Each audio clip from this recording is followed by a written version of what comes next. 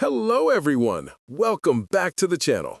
Today, I'll show you how to connect Telegram with n8n and automate responses in just a few minutes.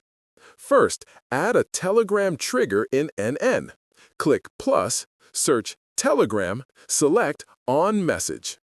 Next, create a new Telegram credential. Open a browser tab, search for BotFather on Google, and click the Telegram link to open it.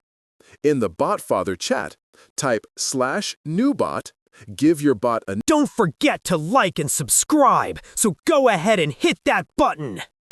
name and choose a username ending with bot. Copy the API token.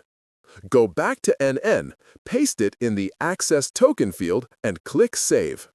Then add an AI agent node like Google Gemini chat, and finally a Telegram send message node.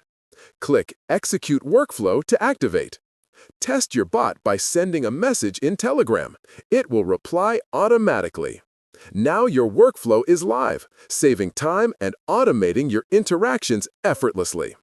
Don't forget to like and subscribe for more tutorials.